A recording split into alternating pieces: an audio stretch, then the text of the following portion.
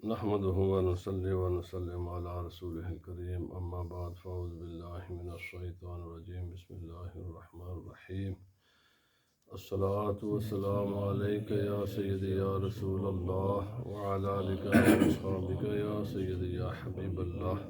وربي اشرح لي صدري ويسر لي أمري واحلل عقدة من لساني يفقهوا قولي اللهم افتح علينا حكمتك وانشرنا علينا رحمتك يا ذا الجلال والإكرام اللهم انفعنا بما علمتنا وعلمنا بما ينفعنا وزدنا علما وعملا وفقها في الدين يا رب العالمين. حضرت گرامی درس اخلاقیات میں آج ائمہ دین مجتہدین کی فضیلت ان کا ذکر ہوگا۔ سب سے پہلے اللہ رب العزت کی حمد و ثنا بیان ہوئی، کیونکہ وہ خالق مالک ہے اور تمام کائنات کا خالق بھی وہ وحدہ لا شریک ہے، مالک بھی وہی وحدہ لا شریک ہے، عبادت کے لائق بھی وہی وحدہ لا شریک ہے، تمام چیزوں کا مالک وہی ہے، حکم بھی اسی کا ہے، اور اس ذات نے اپنا خلیفہ، اپنا نائب، اپنے احکام کو جاری کرنے کے لیے کائنات کی افضل ترین ہستی رسول اللہ صلی اللہ علیہ وسلم کا انتخاب فرمایا، سرکار دو عالم صلی اللہ علیہ وسلم کو بھیجا۔ تو پھر اس لیے حمد کے بعد رسول اللہ صلی اللہ علیہ وسلم کی نعت بیان کی گئی، اور اسی کے ضمن میں رسول اللہ صلی اللہ علیہ وسلم کے صحابہ کرام اور خلفائے راشدین ان کی عظمتوں کا بیان ہوا۔ یاد رکھ لیں،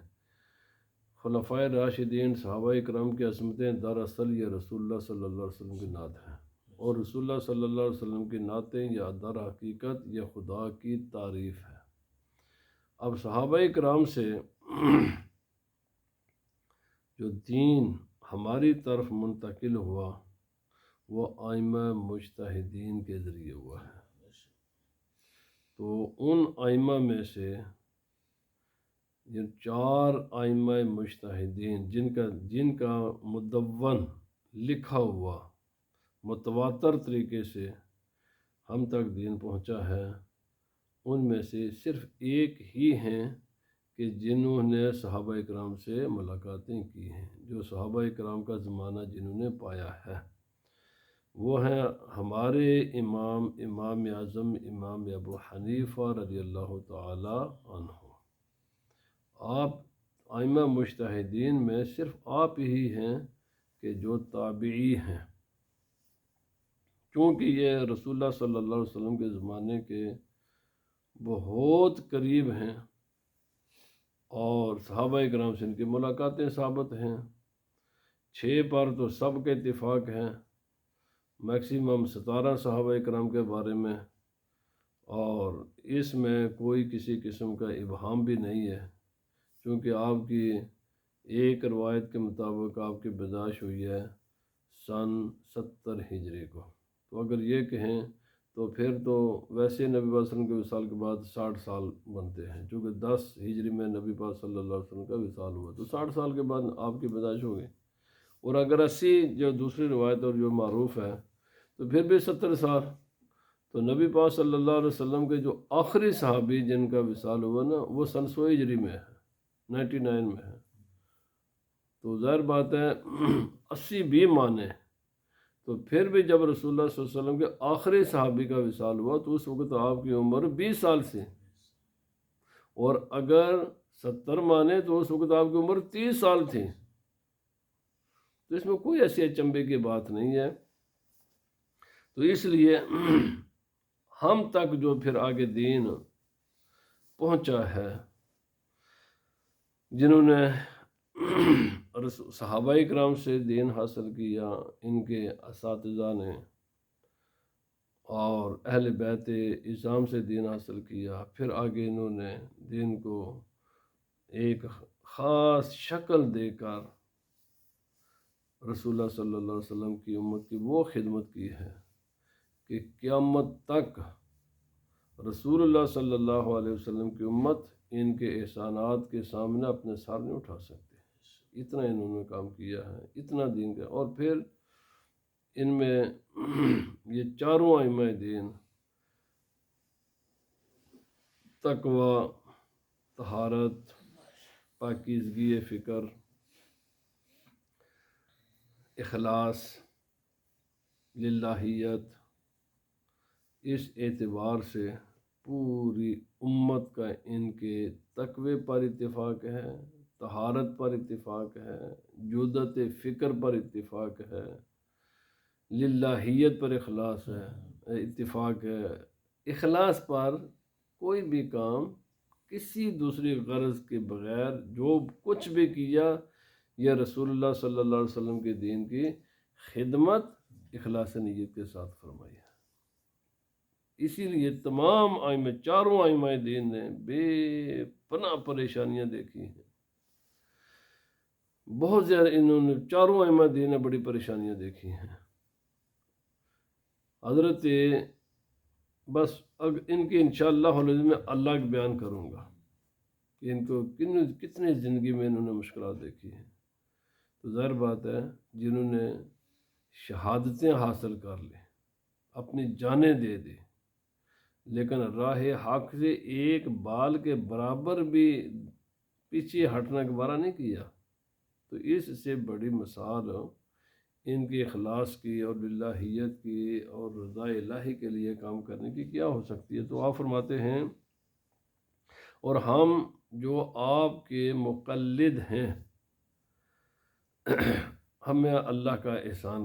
اس احسان کا شکر ادا کرنا چاہیے، کیونکہ آپ کتب عقائد میں جہاں پر انبیاء کرام کی فضیلتوں کا ذکر آتا ہے، صحابہ کرام کی فضیلتوں کا ذکر آتا ہے، ان کی اولادوں کی فضیلتوں کا، تابعین کا ذکر آتا ہے، اسی مقام پر علماء عقائد ان چار ائمہ کے بارے میں بھی ذکر کرتے ہیں کہ ان میں سے افضل ترین کون تھے۔ تو ہر اعتبار سے افضل ترین ان چار ائمہ میں سے امام اعظم امام ابو حنیفہ ہیں۔ ہر اعتبار سے، جس بھی اعتبار، زمانے کے اعتبار سے دیکھو تو سب سے قریب جن کا زمانہ رسول اللہ صلی اللہ علیہ وسلم کے ساتھ ہے وہ آپ ہیں۔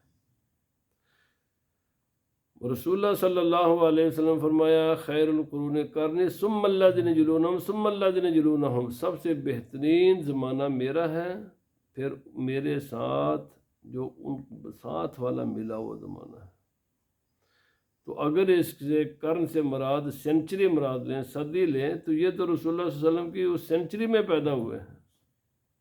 اگر اس کو تابعین کے زمانے میں شمار کریں، دوسرے سینچری کا قرار دی جائے، تو پھر بھی یہ اس سینچری میں آتے ہیں کہ جن کو رسول اللہ صلی اللہ علیہ وسلم نے افضل ترین امت کے افراد میں شمار فرمایا ہے۔ بہت سی آیات، بہت سے فضیلتیں ہیں۔ تو اس کے بعد امام مالک علیہ الرحمہ ہے، کیونکہ آپ یہ ترتیب جو آپ کی دنیا میں آنے کی ترتیب ہے وہ یہی ہے، اور فضیلت کی ترتیب بھی وہی ہے۔ سب سے پہلے امام اعظم امام ابو حنیفہ ہیں، پھر ان کے شاگردوں کے شاگرد اور انہی کے گھروں میں پرورش پانے والے ہیں حضرت امام مالک، رسول اللہ صلی اللہ علیہ وسلم کے عاشق، جن کے عشق کی دنیا میں مثالیں سبحان اللہ کمال۔ اور پھر امام شافعی، اور پھر امام احمد بن حنبل، ترتیب بھی یہی ہے۔ اور دنیا میں جو لوگ ان کی اتباع کرنے والے ہیں وہ بھی تقریباً اسی ترتیب کے ساتھ ہیں کہ دنیا میں سب سے بڑی تعداد حنفیوں کی ہے، احناف کی ہے، جو امام اعظم امام ابو حنیفہ کے پیروکار ہیں۔ پھر امام مالک اور امام شافعی کے تقریباً یہ برابر ہیں بہرحال۔ اور پھر سب سے قلیل تعداد وہ امام احمد بن حنبل کی ہے، ان کے پیروکاروں کی تعداد دنیا میں تقریباً بہت قلیل سی ہے۔ بہت یہ سعودی عرب وغیرہ یہ دعویٰ کرتے ہیں کہ ہم ان کو فالو کرتے ہیں، یا چیدہ چیدہ افراد سیریا میں ہوں گے، لیکن ان کے فالورز کی تعداد، لیکن اس کا معنی یہ نہیں کہ اگر ان کے فالور نہیں ہیں تو یہ امام برحق نہیں ہے، امام برحق ہیں، ان کے راہ پر ان کے فقہ کو فالو کرنے والے کم ہیں۔ اب یہاں پر ایک سوال اور بھی اس کے بعد انشاءاللہ میں شروع کرتا ہوں، آیا یہی 4 ائمہ مجتہدین ہوئے ہیں؟ تو جواب یہ ہے نہیں، ان کے علاوہ بھی بڑے کمال کے ائمہ مجتہد، حضرت امام سفیان ثوری علیہ الرحمہ، سبحان اللہ، کیا بات ہے ان کے علم کی اور کیا بات ان کے تقویٰ کی۔ تو پھر اسی طرح امام اوزاعی اور بھی ائمہ دین ہیں۔ سوال یہ کہ پھر ان کو فالو کیوں نہیں کیا جاتا، ان چاروں کو فالو کیوں کیا جاتا؟ اس کا جواب آسان یہ ہے کہ ان کا جو بھی کام تھا وہ محفوظ نہیں رہ سکا، وہ مدون نہیں ہوا، کتابی شکل میں اس کو جمع نہیں کیا گیا، زمانہ گزرنے کے ساتھ ان لوگوں کا کام ختم ہو گیا۔ ظاہر بات ہے تو قیامت تک لوگ تو فالو اس کو کرتے ہیں کہ جن کا کام کتابوں میں موجود ہوتا۔ تو اصل میں ان چاروں کا کام کتابوں میں موجود ہے اور متواتر طریقے سے پوری امت میں آ رہا ہے، یعنی لاکھوں ہزاروں لاکھوں لوگوں نے براہ راست ان سے علم حاصل کیا، پھر ان چیزوں کو کتابوں میں لکھ لیا گیا، اور پھر وہ کتابوں نے لکھا ہوا چیز آج تک ہزاروں لاکھوں لوگ جنریشن ٹو جنریشن، ایک نسل بعد نسل منتقل ہوتا آ رہا ہے۔ یہ خدا کی مشیت ہی تھی کہ ان کا کام محفوظ رہا، آج دنیا میں ان کے پیروکار موجود ہیں۔ تقریباً 2/3 میجارٹی جو دنیا میں ہے وہ حنفی ہے، پھر باقی شافعی ہیں لوگ یا مالکی ہیں، میں نے پہلے عرض کیا۔ اب ایک طبقہ پیدا ہوا ہے، یہ انگریز نے پیدا کیا ہے، جن کو ہم غیر مقلد کہتے ہیں، وہابی کہتے ہیں آسان سے لفظوں میں۔ تو بھائی یہ تو آٹے میں نمک کے برابر بھی نہیں ہے، بس اتنا اشارہ کافی ہے کہ یہ ان کی تعداد ایسی بھی نہیں کہ جتنا آٹے میں نمک ہو۔ ان کا سب سے بڑا سپورٹر تھا سعودی عرب، اس نے بھی اب ہاتھ پیچھے کھینچ لیا ہے، تو یہ اپنی موت ویسے مر جائیں گے۔ دنیا میں رسول اللہ صلی اللہ علیہ وسلم کی امت پہلے بھی انہی کے پیروکار تھی، آج بھی غالب میجارٹی انہی کے پیروکار ہے، انشاءاللہ العزیز قیامت تک انہی کے پیروکار رہیں گے، کیونکہ یہ جو تھے نا، یہ نفسانی وہابیت، یہ نفسانی خواہشات کے تابع انہوں نے دین کی شکلیں بگاڑی ہیں، انہوں نے امت مسلمہ میں انتشار پیدا کیا، رسول اللہ صلی اللہ علیہ وسلم کی امت میں دراڑیں ڈالیں غیروں سے پیسے لے کر، اور جنہوں نے دیے ہیں بالکل تاریخ پر وہ آن ریکارڈ بیان کر رہے ہیں کہ ہم سالانہ کتنا دیا کرتے تھے، اور اب میں نے تو نہیں پڑھی لیکن دیکھ لیں کہ وہ سارے دستاویزات بھی منظر عام پر آ چکی ہیں۔ تو جب کام نفسانی خواہش کی رہ کر کیا جائے گا بھائی، تو پھر یہ ریت کی دیوار ہی ثابت ہوتی ہے۔ یہ لوگ، جن لوگوں نے ان کو پرورش کی تھی، انہوں نے ہی ہاتھ پیچھے کھینچ لیا ہے۔ بہرحال امامان کے کردند اجتہاد، رحمت خدا بروان جملہ بعد۔ آپ فرماتے ہیں وہ سارے امام جنہوں نے اجتہاد کیا، اللہ کے ان تمام کے ارواح پر رحمت نازل ہو۔ دعا فرماتے ہیں آپ سب سے پہلے تمام ائمہ مجتہدین کے لیے جنہوں نے اپنی ساری زندگیاں کھپا دی، ساری زندگیاں صرف کی دین کی خدمت کے لیے، تمام، چاہے ان کا کوئی ماننے والا آج کوئی موجود ہے یا نہیں ہے، یا بس ان کے کتابوں میں ذکر موجود ہے۔ جن فرمایا بو حنیفہ بود امام با صفا آسرا جائے امتان مصطفیٰ، فرمایا ان میں سے پہلے کون ہیں؟ جو با صفا، بالکل کلین جن کا کردار ہے، جن کی رائے بڑی صاف ستھری، جن کے رسول اللہ صلی اللہ علیہ وسلم کی دین کی تشریح بڑی صاف ستھری ہے، جن کا کردار، جن کی عبادت، انشاءاللہ ان پر آپ اور اہل سنت و جماعت کے لیے لازم ہے کہ وہ ان ائمہ مجتہدین کی سیرتیں پڑھیں، ان کو پڑھیں، سنیں، موجود ہیں آج۔ اگر کوئی کتاب سے نہیں پڑھنا چاہتا تو یوٹیوب پر ہزاروں آپ کو بیانات مل جائیں گے، سنیں ان کے بارے میں، یہ کتنے عظیم لوگ تھے۔ فرمایا امام ابو حنیفہ، ان کا نام تھا نعمان بن ثابت، ابو حنیفہ ان کی کنیہ ہے، اور اس کا معنی کیا ہے؟ جو ہر باطل سے جدا ہے۔ جیسے کہ حضرت ابراہیم علیہ السلام کو خدا نے فرمایا نا کہ حنیفہ، حضرت ابراہیم علیہ السلام ہر باطل سے جدا، جن کے قریب باطل، جھوٹ، مکر، فریب قریب پھٹک بھی نہیں سکتا۔ حضرت امام اعظم امام ابو حنیفہ آپ کی کنیہ ہے، یہ کوئی نام نہیں ہے آپ کا، نہ آپ کی کوئی بیٹی تھی یا کوئی بیٹا تھا ابو حنیفہ کے نام سے۔ یہ ان کی پاکیزہ سیرت کو بیان کرنے کے لیے امت نے آپ کی زندگی میں آپ کو لقب دیا تھا کہ یہ وہ ہستی ہے کہ جس کے قریب کوئی کسی قسم کا باطل، جھوٹ، مکر، فریب، کسی قسم کی دھوکہ بازی ان کے قریب بھی نہیں ہے۔ فرمایا صاف ستھرے، اور وہ یہ فرمایا رسول اللہ صلی اللہ علیہ وسلم کی امت کے لیے ایسے ہی ہیں جیسے انسانیت کے لیے اور اس کائنات کے لیے آسمان پر سورج ہے۔ جیسے سورج کے بغیر زندگی نہیں ہے، زمین پر سبزہ نہیں ہے، زندگی نہیں ہے، چرند پرند زندہ نہیں رہ سکتے، انسان زندہ نہیں رہ سکتا، پودے زندہ نہیں رہ سکتے، کائنات کا نظام نہیں چل سکتا۔ جس طرح اس کائنات کو سورج کی ضرورت ہے، اسی طرح اس امت کو امام اعظم امام ابو حنیفہ کی ضرورت ہے۔ لطائف المعارف میں علامہ رجب حنبلی یا ابن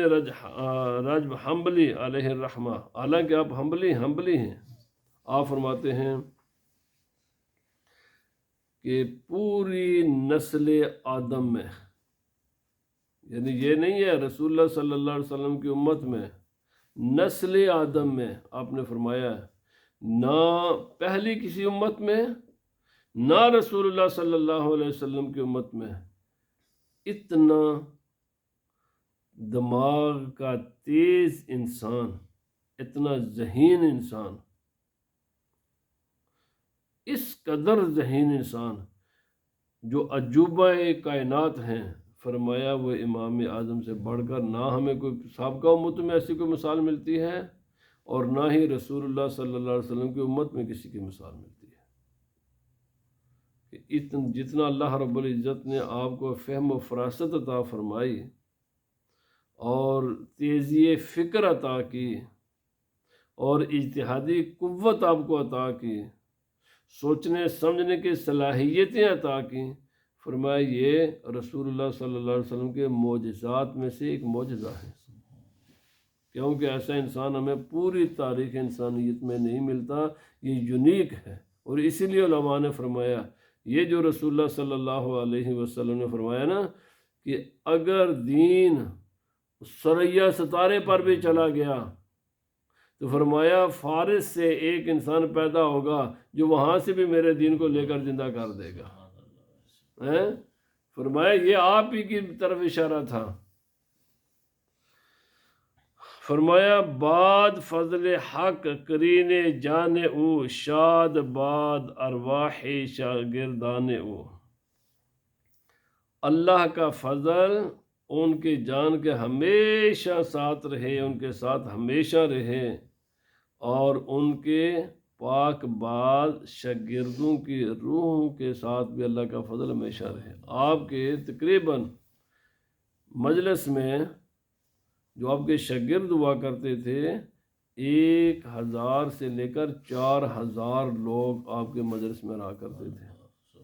1000 سے لے کر 4000 تعداد ہوتی تھی، اور پھر آپ ان کو دین کا مسلک دے دیتے، بحث ہوتی۔ فقہ حنفی ایسے نہیں ہے، آپ نے مور دین ملین مسائل کا فیصلہ کیا ہوا ہے، سارا دین کا کوئی ایسی جز نہیں ہے کہ جس پر آپ کا فیصلہ موجود نہیں ہے۔ بحث ہوتی ہے، عام دعوت دی جاتی ہے، اپنی تمام صلاحیتیں صرف کر لو، آزادانہ گفتگو ہوتی ہے، تمام کی آراء جب آ جاتی ہیں تو پھر آپ ان کے آراء سننے کے بعد پھر اپنی رائے دیا کرتے تھے، اور جس کے جب دیتے تو ان کے سبحان اللہ، ویسے ہی آپ امام اعظم ہیں، ورطہ حیرت میں پڑ جایا کرتے تھے آپ کے شاگرد کہ ہم نے پوری زندگی بھی کھپائی ہے جہاں جس انداز کے ساتھ امام اعظم امام ابو حنیفہ دلیل حاصل کرتے ہیں، ہمارا ذہن اس طرف منتقل ہی نہیں ہوتا۔ بہرحال آپ کے جو 3 شاگرد ہیں وہ بہت مشہور ہیں، اور انہی کے ذریعے یہ دین ہم تک پہنچا ہے۔ انہوں نے کتابیں لکھی، مدون کیا، آپ کے سارے فیصلوں کو کتابوں میں لکھا، اور لکھ کر آگے امت تک منتقل کیا، اور پھر وہ کتابیں متواتر طریقے سے آپ کے زمانے سے لے کر آج تک آ رہی ہیں۔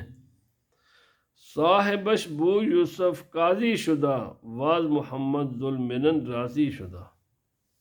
فرمایا ان کے ایک عظیم المرتبت شاگرد کا نام حضرت امام ابو یوسف ہیں،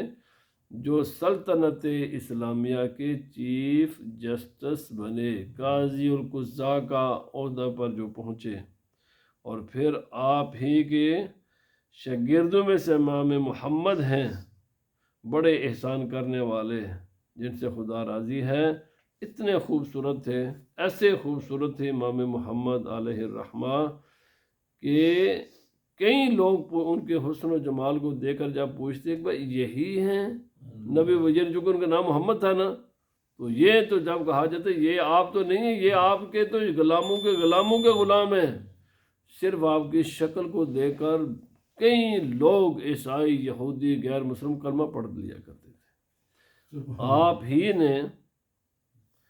امام اعظم امام ابو حنیفہ علیہ الرحمہ کے تمام جتنے بھی فیصلے آپ نے فرمائے، آپ ہی نے لکھے تھے، اور لکھ کر وہ آپ ہی کی کتابیں فقہ حنفی کی بنیاد ہیں۔ جتنے بھی قیامت تک کسی بھی مسئلے پر